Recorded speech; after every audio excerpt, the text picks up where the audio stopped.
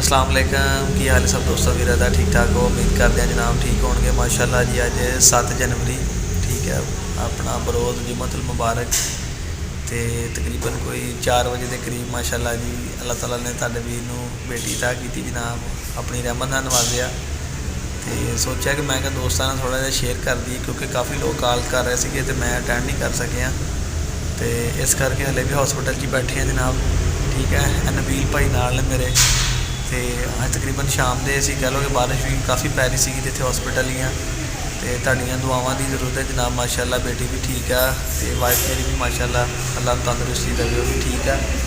तो तुहाडे दोस्तों की दुआ चाहिए इस करके मैं एक दो दिन मसरूफ होवां तो फिर भी अपना ना हो सकता है एक दो दिन मसरूफ होवां तुहाडे नाल कॉन्टैक्ट ना हो सके। तो इस करके मैं चलो दोस्तों को वीडियो बना के शेयर कर दईए।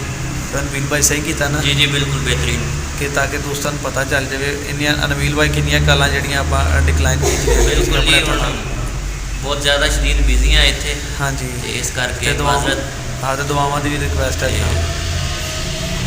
मैं दोनों मोबाइल भी अपने नबील भाई ने पकड़ाए थे बार बार किसी ना किसी की कॉल आई जा रही थी कॉल आई जा रही थी बंदा फिर इदा बार बार डिस्टर्ब होंदा है। तो बाकी तुहाडीआं दुआवां चाहिए जनाब माशाल्लाह रब ताला ने वाकई रहमत अता की है।